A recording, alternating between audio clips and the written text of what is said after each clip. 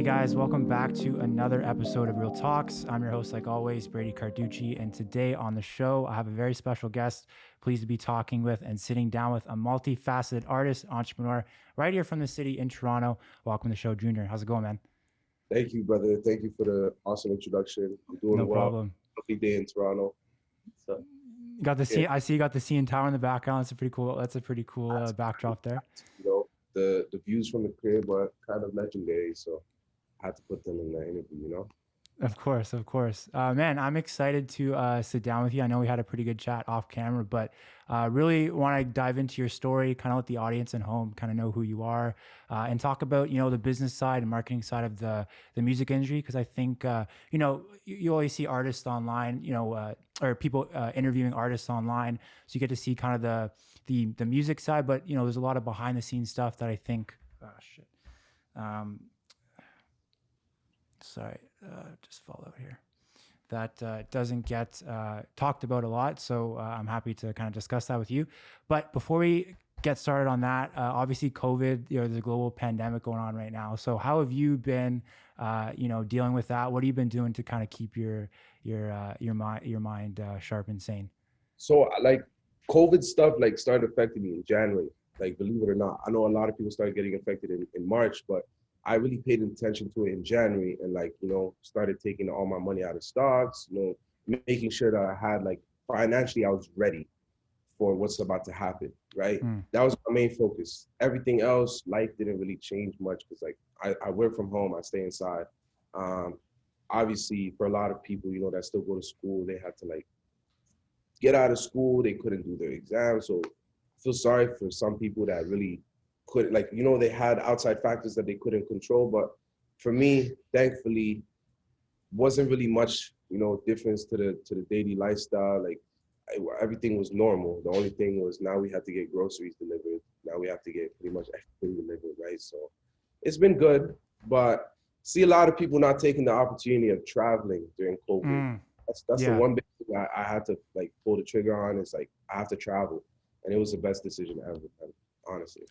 Awesome. When you've been traveling and stuff, has like the travel experience for you been any different from like when it was before? Like, is there more? Because I haven't been traveling since the pandemics happened. Like, are there more restrictions and more hoops to kind of go through when you're at the airports?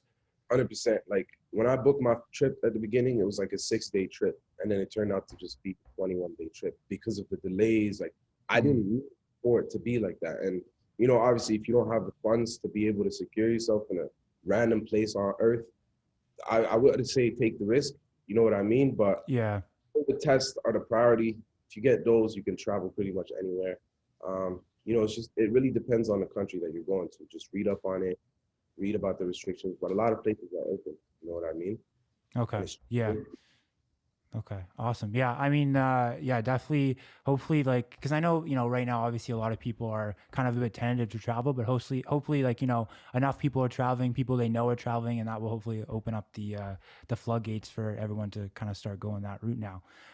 So first thing I wanted to dive into is just give our audience at home a little bit of a background on who you are. So I know, at least when it comes to music, you started out in the industry as an artist. So do you want to talk a little bit about how you got started as an artist? Kind of where was the inspiration to start making music yourself? So I pretty much started back in like 2014, 2015 as a Okay. producer. And the only reason I started as a producer is because I knew I always wanted to be an artist, but I didn't have the money to pay for the beats, right? I Mm, literally didn't have even $20 on my PayPal to go on BeatStars or any websites like that didn't exist. So you'd have to go to a producer and illegally download beats on YouTube. So I was like, okay, I'm not gonna take that route. I'm gonna produce. Made mm, a little bit of money off of it. It was cool, but I didn't see myself becoming an artist. Like I was super young, you know what I mean? 2015, 2014, I was still like 17, 16. So um, those times were really kind of difficult for me to to just come up with music out of nowhere. And I didn't have my sound. I didn't really have anything. So I looked at Russ for inspiration. Russ was like, he started out as a producer. He did music. He was releasing frequently. So I went from releasing beats every week to releasing songs every week. It just happened. oh Just wow. one day, I was just like, all right, I'm gonna start releasing songs. Um, Went from there, like weekly basis. You know what I mean? Putting songs up, taking songs down, really kind of figure out what do I want my image to look like, right? Mm. Went through a couple like artist name changes, and now I'm at Jvnior, right? Like I at 2016, I was like, okay, I'm Jvnior, taking on this identity, started signing some management deals because music was doing numbers on the platforms, and after that, I really like hit the brakes very hard because I put myself in very bad deals, and like Okay. I put myself in a situation where I had so much music piling up, but I wasn't confident enough to put it out because I knew that I had to put in all the effort. I was in a deal where, people were just kind of there, but not really putting effort to me. And it's like, I'm working for someone else at this point. Like, that's not what being an artist is, right? Mm-hmm. So kind of took a step back from there, but you know what I mean? I got into marketing after that, really Okay. trying to understand the art of like, okay, how do I push my music without feeling like it's a full-time job? Going on Twitter, interacting with fans, going on Instagram, interacting with fans, doing lives, going on YouTube, uploading, doing my own email like outreaches, right? Like reaching out to hundreds of platforms every day as an artist. It was a lot of work. I Yeah. just a way to kind of market my music. That was pretty much like 2017, 2018 to 2020.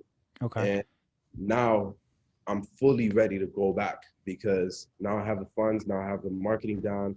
I have tons of connections that are able to help me with my next, single drop. So we'll be doing that end of August. You know what I mean? New music, just full force, just going back at it. Awesome. Well, I was telling you off camera, I've followed your music and stuff for a couple years now, so I'm definitely look forward to you kind of getting back in full swings and releasing some stuff. So that's a good point. I know you mentioned before that you being a young artist, you kind of you jumped into a few deals that weren't necessarily the best for you. But I feel like that's a mistake that a lot of younger artists make. So what was it in particular, maybe some of the learning experiences you learned that maybe you want to share to help maybe that artist that's watching this right now that's maybe has a deal on the table and they don't know what direction to go in? Look, if you're a dope artist, people are willing to help you for free, right? Mm, Like, believe it or not, some people you might think like, oh, I have to sign to this person for them to help me. If you're a dope artist, people are going to help you, right? You have to move smart. You have to know your worth as an artist and like know that okay, I have my own family. I have to support my own people. I can't really go and just follow in someone else's clique because a lot of artists feel like you have to be under your manager, like you have to be moving with your team if you're an artist within a collective or whatever. But really, as an artist, it's for you to embrace your identity, right? For you to be putting out content consistently, building your own fan base. And a lot of artists get lost in that when they see a deal in mm, front of them. They get too distracted. They think, I have to make the people happy that gave me the deal. No, you don't. People are helping you. That's your music. This is your product, right? People are investing in you. They're taking the risk. You're not the one taking the risk. So a lot of artists get it really twisted when they have a deal on the table and it's like, oh my God, like now I'm taking a huge risk. Like, no, you're not. It's the same as when you didn't have a deal. You just have people believing in you now. And a lot of artists jump towards deals because they feel like it's risky. If I don't take this, like my music mm, might stop. A deal doesn't really, like an artist's path has to be like this. A deal doesn't slow it down. You know what I mean? All of this is just how much work or effort the artist is putting in to make his brand look dope, to make his brand pop off, right? The more people you have that help you on the marketing side, the more people you have that kind of managing day-to-day stuff like outreach, making sure that everybody that's reaching out is being responded to. mm. That's what's important. I mean, a lot of artists look at a deal and it's like, wow, I'm gonna get $50,000, but little do you know, that's because they value your music at that, right? If you create more music and you get better, more than likely you'll get a better deal. So what's the point of getting a deal right now when you know you're going to improve in 6 months and your music might be 10 times better? That's That's true. just Yeah, that's a good easy. point. Yeah, and I know, I mean, you mentioned Russ earlier, and I know Russ is definitely a big proponent of that. Of like, hey, I'm gonna go through distro kit. I'm gonna I'm gonna have the leverage before I even entertain any label deals. And I think now I don't know the specifics of his deal, but just in terms of the industry standard, he seemed to have gotten like a really good deal that is actually like works in his favor at the end of the day. So So that's definitely facts. he did it. So He waited on it, right? He didn't sign a deal in 2015 when he started making $50,000 a month off his music, but I bet you Mm-hmm. that there's labels that could track these numbers, and they started reaching out and they're like, hey, this and that. You know what I mean? Like if you're an artist, you start seeing momentum on your music. Don't stop for label. Don't like keep that momentum going.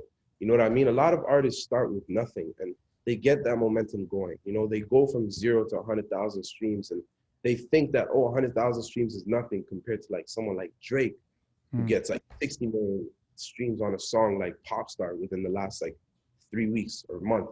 You know what I mean? Like an Mm-hmm. artist like that already has their plans figured out from 4 years ago, 5 years ago.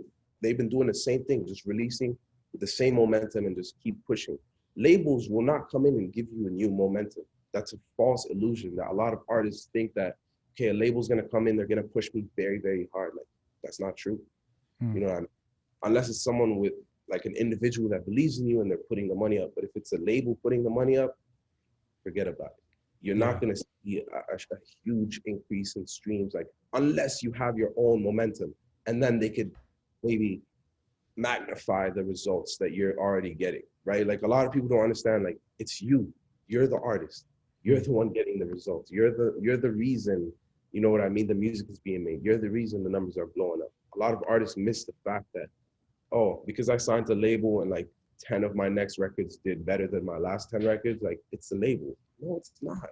Yeah. You know what I mean? It's you as an artist. Like, so No, that's very important. I like how you got into that. Definitely. So I know you mentioned before. Obviously, you're an artist first. You're going to be getting back into that, but that in between period, you got into a lot of the business side, a lot of the marketing side of the industry. So do you want to just talk about kind of the company you started and why, in particular, you wanted to go that route instead of doubling down maybe on your music as a producer or as an artist?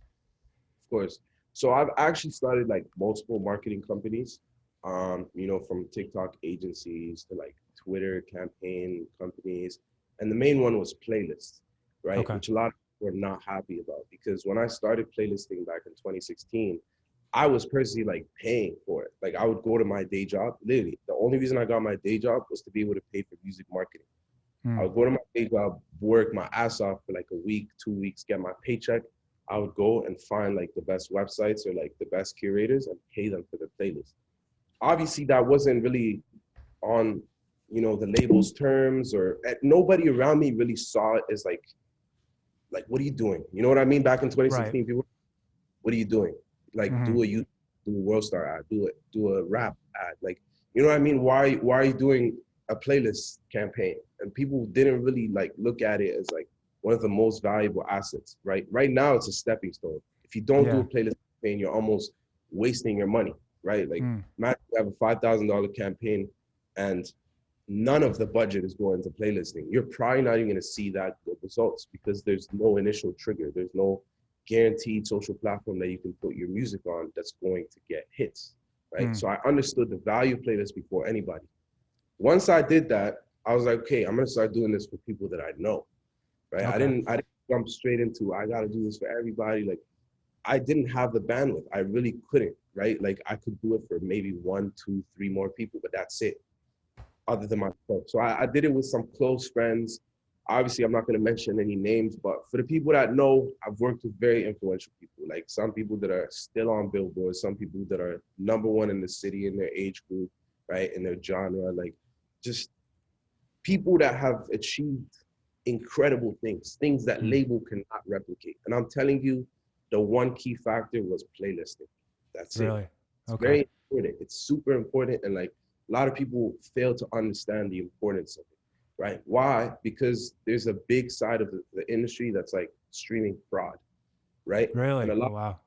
a lot of people associate streaming fraud with like fake playlists and playlists that don't really have the engagement that a lot of people are looking for. So like different demographics and stuff like that. So with playlists, it is very risky if you're working with the wrong person because they could be putting you on the wrong playlist, right?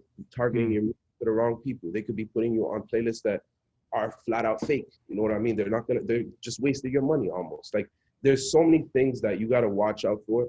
And I knew that this was going to be an industry because it had pros and it had cons and it had things that could be improved immensely. 2 years, I focused on it. Now I pretty much like I can say that I've been able to build an ecosystem for myself, for my people. Built a few companies, sold a few companies, and playlisting has now, like, if you look at ads on Instagram, like if you're an artist and you get playlist ads, it's more than likely an ad template that I created, right? I teach a Oh lot of wow. people, like I taught a lot of people how to be curators. I taught a lot of people how to build, playlists from scratch organically, because I noticed a lot of people were reaching out. Like, I don't know how, but people knew that I was getting involved because I had playlists up on Spotify that had like hundreds of thousands of followers, and I had my Instagram there. You know what I mean? That's kind of how I Right. got recognized. It wasn't even through my companies because I wasn't even like affiliated with my companies like that, right? Okay. So people started reaching out. 2 years into it, now it's like it's a huge, huge industry. There's like hundreds of playlist companies, whereas 2 years ago it was literally just artists and curators. You It know, was this. It was this small thing, and now it's yeah. now Def, there's hundreds of middlemen, and like that's what people got to watch out for. So I'm making it my due diligence to stay involved with it. Make sure people don't fall off. We have a course coming out called the Artist Accelerator. Me and my boy Hers, we're releasing this incredible course that teaches people how to look for fake playlists, how to build your own playlists, how to do Instagram ads if you don't want to take the playlist route. There's so many ways to push your music as an independent artist, hmm but you're not going to accelerate as an artist unless you have the right knowledge. Like you have, when you get a rubric for a test and you're like, okay, this is exactly what I have to do. Yeah. That's kind of how we're trying to put it out. So, I mean, hopefully when that comes out, a lot of people can pay attention. Obviously, I am doing a lot of stuff for the music industry, not just, for the benefit of myself, for other people. Okay. So most important thing is people understand what playlists are, understand how important playlisting is, and understand that it's a very risky thing if you don't know what you're doing. Okay. Yeah. 100%.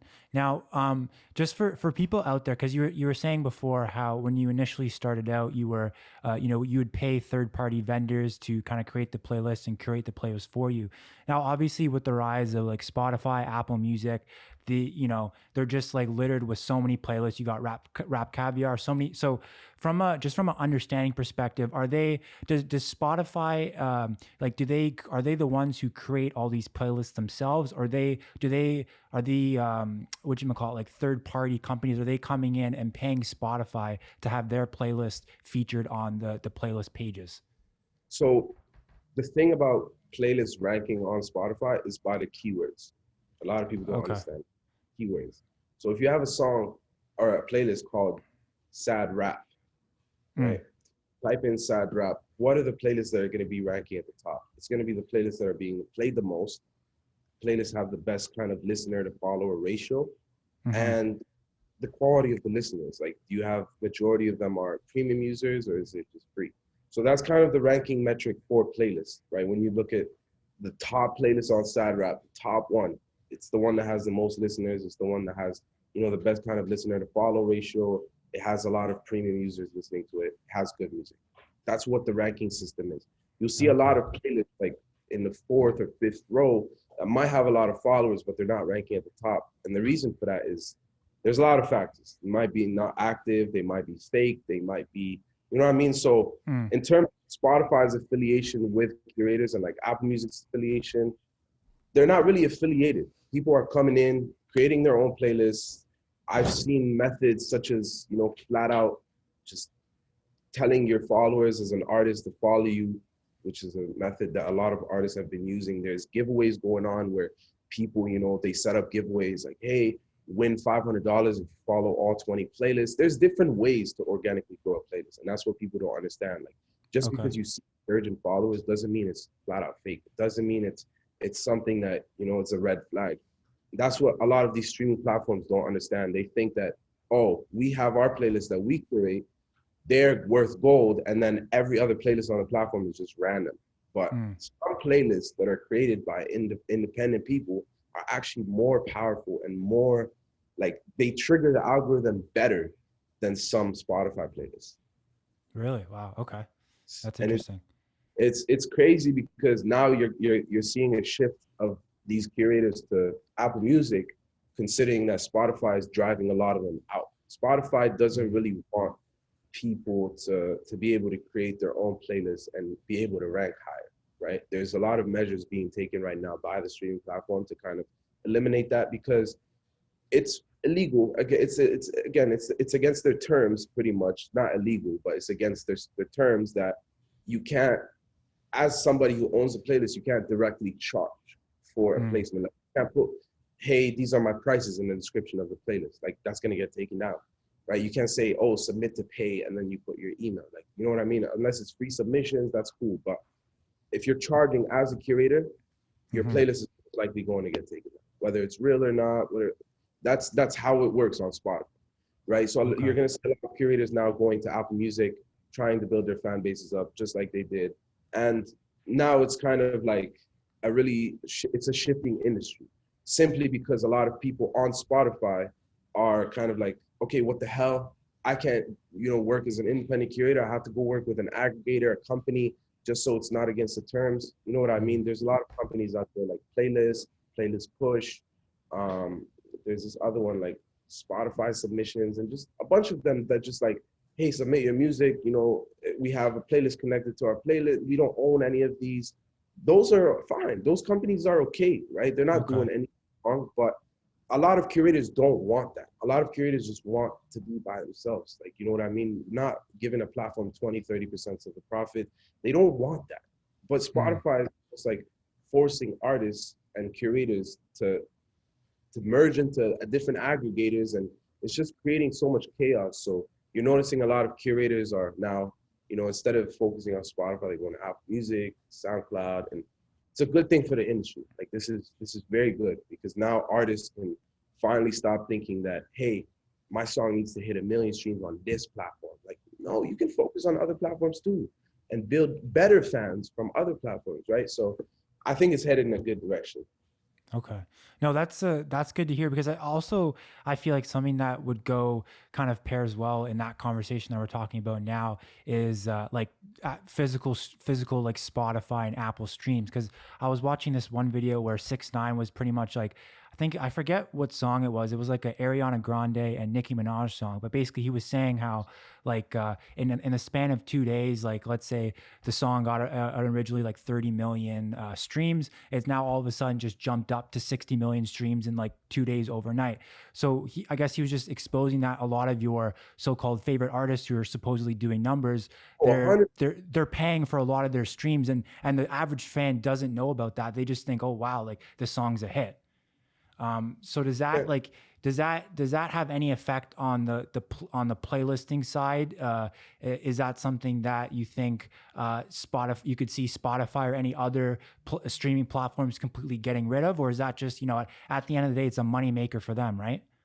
So I think it really does hurt the playlist industry when labels and people that are really officially in the industry start doing things like that. If somebody's Mm, starting out in the industry and they buy 100K fake streams or whatever, that's fine. Like, I don't even see that as a bad thing. I'm like, okay, you're an artist, you're motivated. You just putting your money into something that you think is going to help you as an artist. You're a businessman. You're an entrepreneur. mm-hmm, I appreciate you, but you got to learn. You can't do that. You can't keep doing it over and over again. If you're buying fake streams, you see that it's fake streams, you get hurt by it, someone calls you out for it, you got to learn from that. A lot mm, of these labels are not doing it because they haven't done it before. They have systems set up simply to trigger the charts, because sometimes the only way you can get success is by putting a song in front of everybody. And the only way to put a song in front of everybody on streaming platforms like Spotify or Apple Music, where super like, it's only limited to playlists. You can only get heard on these platforms if you're on a good playlist. mm-hmm, So it's not really like artists, like it's not someone like me who came and decided that. It's the platforms who chose that, because playlists are actually amazing. Like, playlists mm-hmm. everything at the end of the day. A playlist is what creates a streaming platform, right? So a lot of people that don't get playlisted, they're like, okay, how do we think of another solution? They start making their own playlists. They start creating their own ecosystem, their own fan bases. It's as if the label has their own streaming platform within Spotify. They can Wow. bring 30 million people through an email blast, through merge, through anything. Labels have that power. So in terms of, is it fake? Doesn't really matter, right? Because people have to learn how to do that regardless. If it's Yeah. only 10% of the people in the industry that know how to do that, then it's an unfair advantage. Everyone's like, oh, look at these people, what they're doing. But it's a normal thing. I was in the industry side of it for 2 years, 3 years, and I saw that it's a very normal thing. People don't care. It's Hmm. just as long as everything is on track to get a hit, a record hit. Like you can't fake a billboard. You can't Yeah. fake gold plaque. You can't fake that stuff, right? You can't just like go and buy streams and expect for you to achieve something. That's never going to happen. But a lot of people use different tactics to reach the same goals. Like just because different tactics were used to reach the goal doesn't mean that, oh, you have like 30% or 40% fake followers on your profile, like Ellen, Kim, Obama, a lot of people. Hmm. You look at these audits and you're like, does that even make sense? No, but these followers didn't kind of come in just to make it look like an illusion. It was more so to trigger the algorithm. It's more so to make people think, oh my God, this song has 30 million streams. It just somehow sounds better now. Because when it had 100 streams back in the day, like it didn't sound as good, but now it has 30 million streams. It sounds amazing.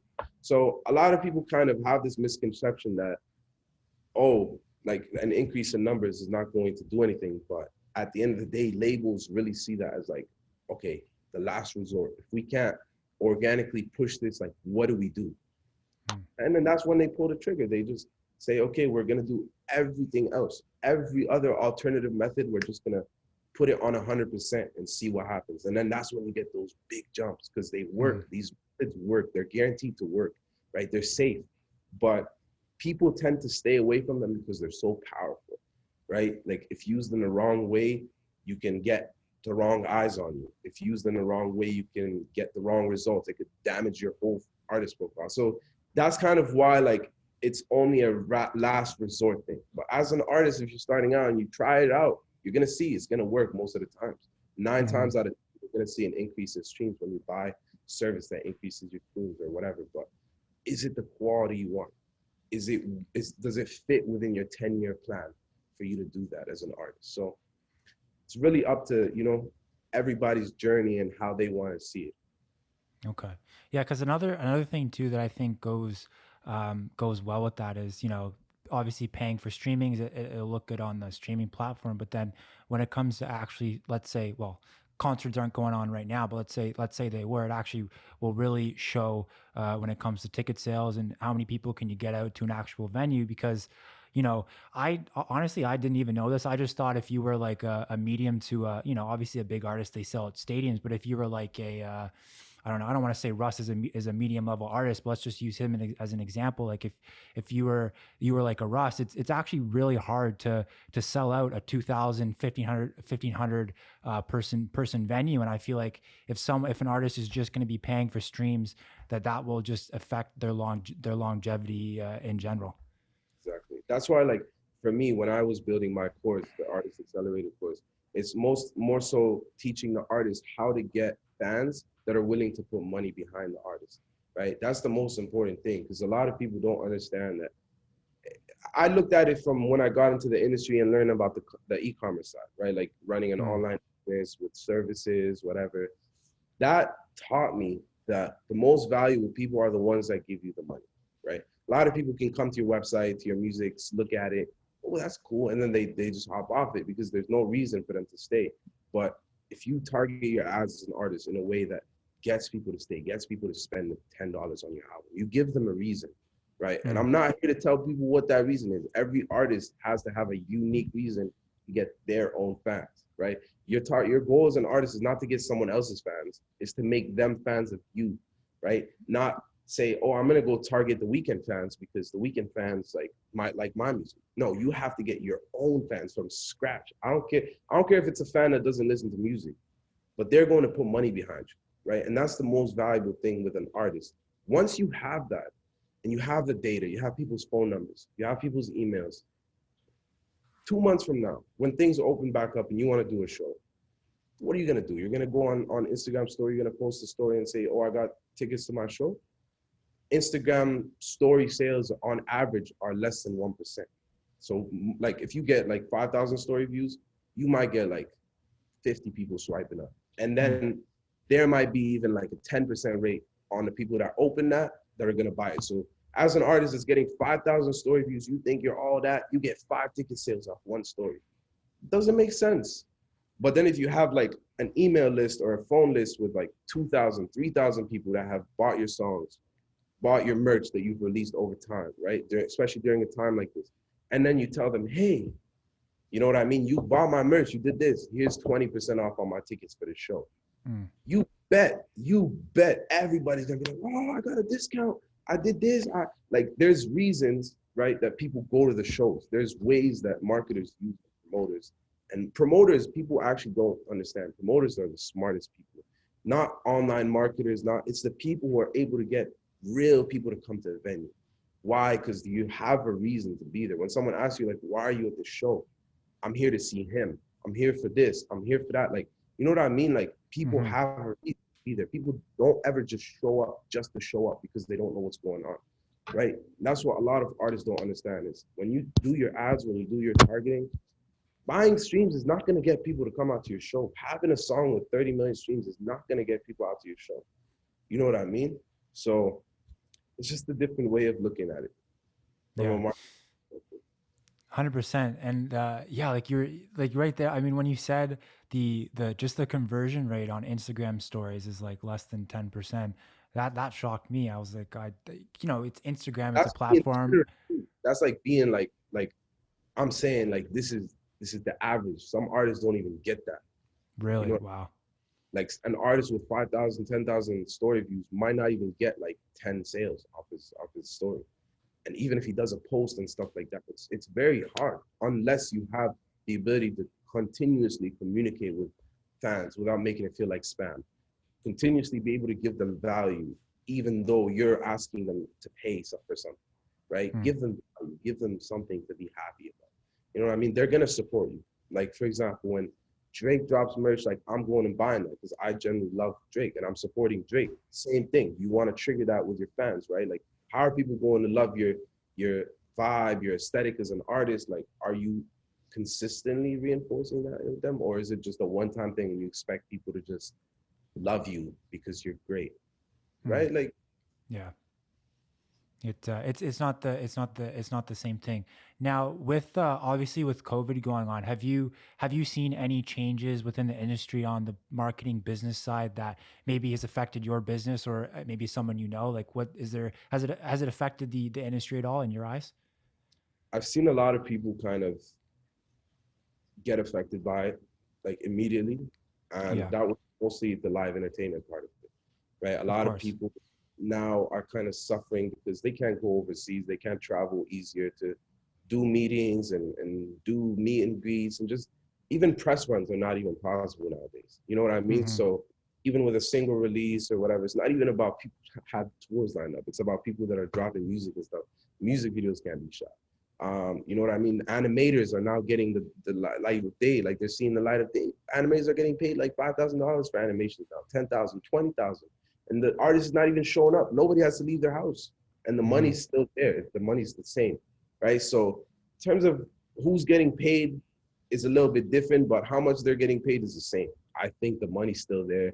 Money's still being made. People are just figuring out ways to make ends from their house, right? And for a lot of artists, I really feel bad for them because they don't have the knowledge. Again, like, there's nobody out there that's making a course for artists teaching them, like, yo, this is what you need to do as an artist. Like, even if you have a manager, even if you have that, you still have to know what to do as an artist. Like, what is your Yeah. plan? What is your last resort plan? What's your next plan for your next single? What's going on with your last single? You have to understand that.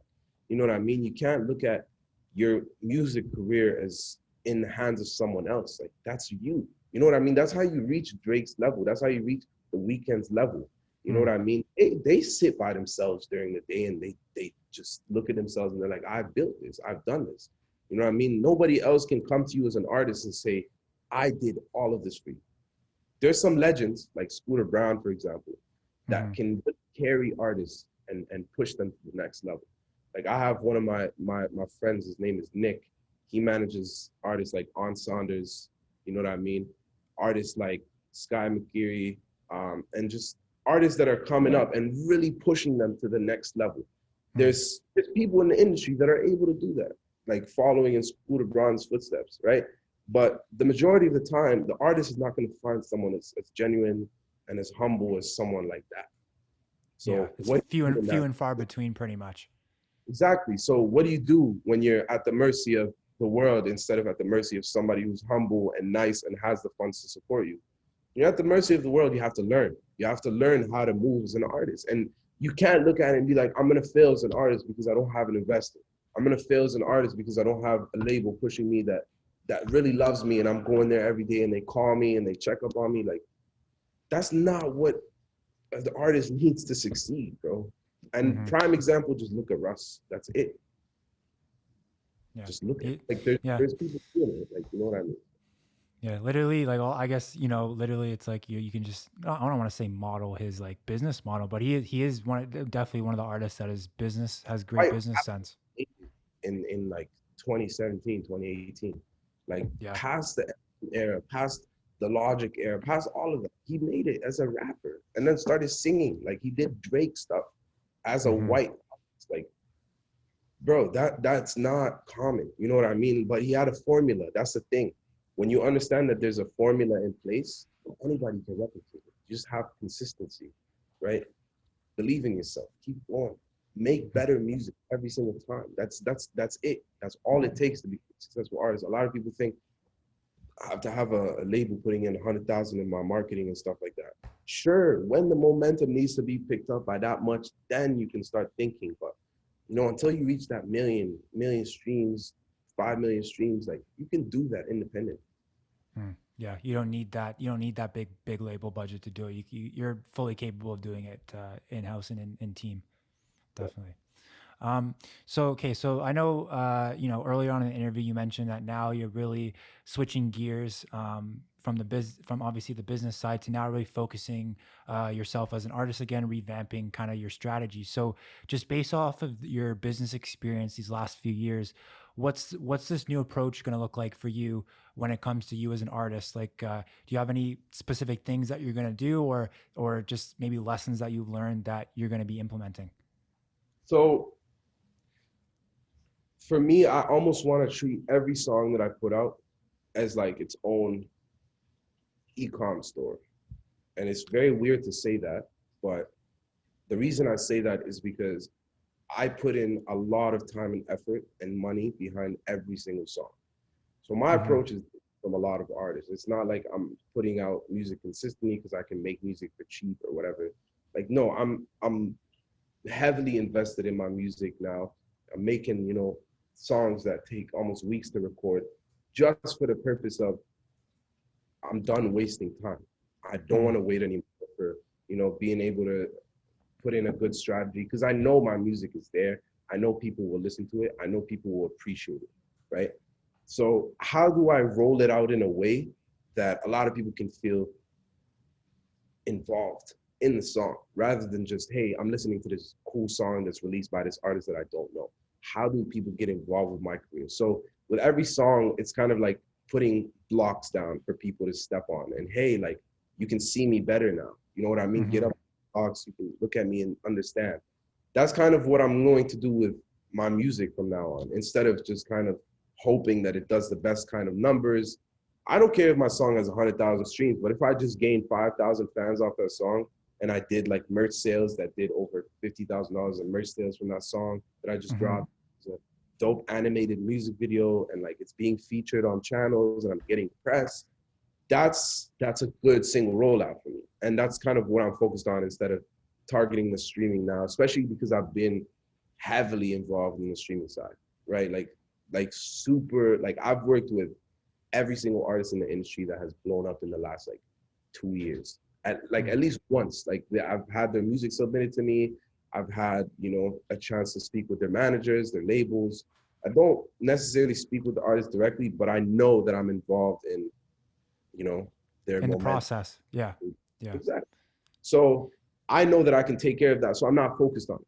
I will not even think about it, right? It just, if it happens, I get my music put in the playlist, that's cool. But I'm not actively taking the steps for it again because I know how it works. I understand how easy it is. And I kind of want Hmm. to challenge myself as well. That's what it's always. Exactly. Yeah, 100%. No, that's some good stuff. I like that. Now, Just, you know what, you've been obviously, you know, you've been in the industry for a few years now, well, more than a few years. But if you, for our audience at home, let's just say there's, you know, someone who's coming out of school, they want to be involved in the business side of the industry, or even an artist who just wants to get a little bit more business acumen, business knowledge. If you could maybe have one piece of advice, one little nugget that you want to share, what would that be with them? I would say build a good online portfolio. Okay. Make it very easy for people to know who you are. Like you could go online and search my name and you could see, oh, he has 10 million streams on Spotify. He has 25 million streams on SoundCloud. He has a couple million streams on YouTube. Okay, his name is featured here. He has an article here, right? He has a song with designer. He has a song with it. Just building your online catalog, just doing stuff over the years, it really puts you at a position where you can meet new people, Hmm. you can find people to invest in you, and it'll just open up your whole realm of opportunities. A lot of people don't understand that if you don't have your online portfolio ready, right, in a time of opportunity, when opportunity comes and your portfolio is not ready, your image is not really there yet, people will be like, you're not ready, work on it. You know what I mean? And that the only Hmm. thing is they can't just see it right off the bat. Like they can't just search up your name. Like you can search up Jvnior right now, you'll see my pictures come up, this come up. A lot of artists, you search up their name and like just random videos maybe. Maybe the keyword is not even targeted towards their name yet. So I Hmm. think working on your online presence, like if I had one piece of advice, work on your online presence as fast as you can. Just get that up, like make it look professional, make it look like as if someone's searching up for Drake. Yeah. That's how you make it in this industry. I like that. Yeah. Well, especially now everything being so digitized, everything's online. That's super important. So we're just getting to the end here, but you know, obviously, you know, pandemic going on. Um, in terms of your goals personally, I know you mentioned a few of them about releasing your course, about you know putting out more content for yourself as an artist. Is there anything that maybe you haven't mentioned that you're really looking to accomplish by the end of the year?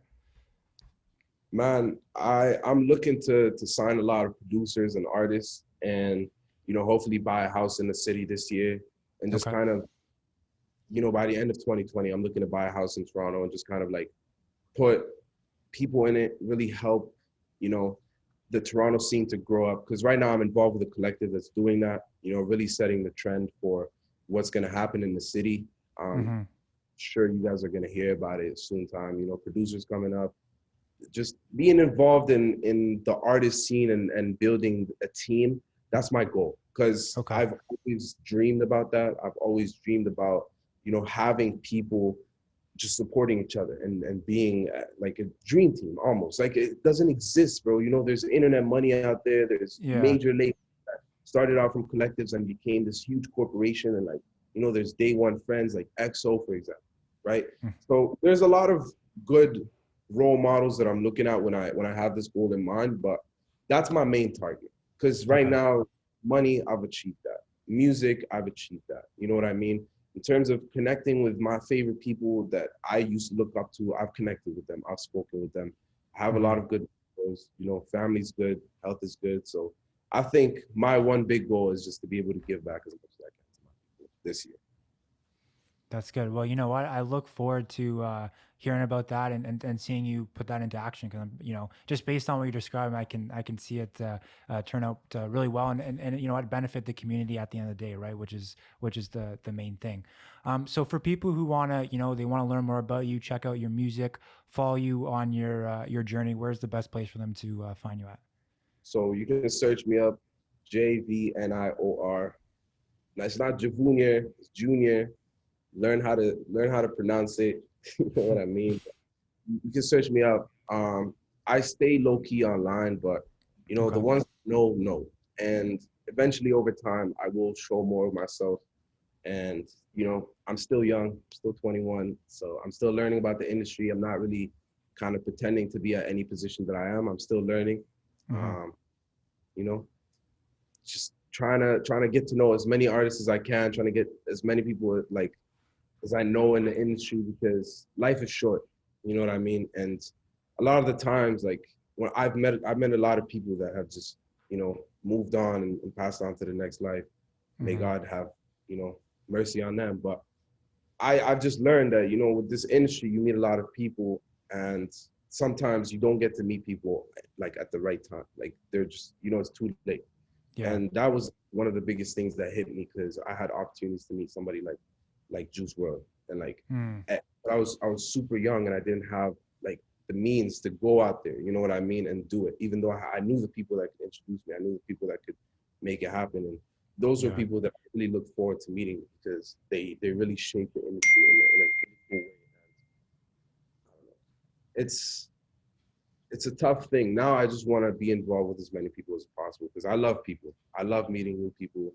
I love sitting down with dope artists. Like man, my passion for the music industry is just different. Like I get emotional about it because it's what saved me. Like when I see a Mm. lot of artists making music and they say the music saved me. Like this is the reason I made it. This is the reason. Like I generally like it's true. You know what I mean? I didn't have a single dollar to my name, and today I can say have my own condo in downtown Toronto. Like I can travel anywhere in the world that I want at any point in time. I've been able to be financially literate just because of the music industry and being involved with business people in the industry. So Hmm. music industry is a blessing, man. I'm very thankful for everybody that has pioneered the industry to what it is today, and just keeping that momentum going. 100%. And I can tell you mean that too, just based off of the your expression and the way you say that. So, I mean, yeah. Hopefully, much success to you, much love, definitely your future endeavors. When you said you're 21, I thought you were a lot older. You accomplished all that at 21. That's crazy, man. Yeah, That's crazy. But so I wanted to end off here with a little bit of a rapid fire question game, if that's okay with you. I'm just gonna rifle off a couple quick fire questions and give me your quick response. So you ready to go? I'm ready. Okay. So what's your favorite vacation destination? Oh, I would say Greece, but I would say Maldives.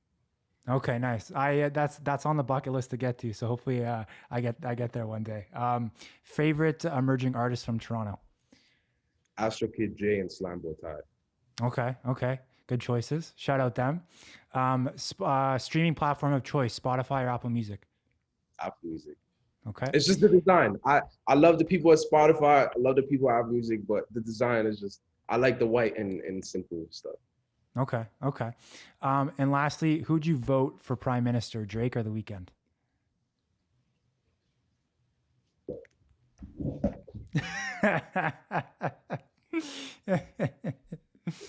I'm just playing. I'm just No. playing. I mean, I would vote for whoever has the better campaign. You know what I mean? I'm not really into politics like that, but Yeah. whoever has the dopest campaign really gets to put ads in front of me, and really speaks to me, Hmm. I'll vote. You know what I Okay. mean? That's a good answer. I feel like I'd take that approach as well. Well, Junior man, that concludes the interview. Thank you for taking the time to speak with me Yes. today, guys. I'll make sure that all of the links, the social links that Junior mentioned in our interview right now, make sure to leave that in the description box below, so easy access for you guys to go check out his stuff, as well as our social links. We'll make sure to leave that in the description box below, so you guys can stay posted on all the content and stuff we're going to be coming your way. Again, Junior, thank you, man. I really appreciate it, and we'll catch you guys soon.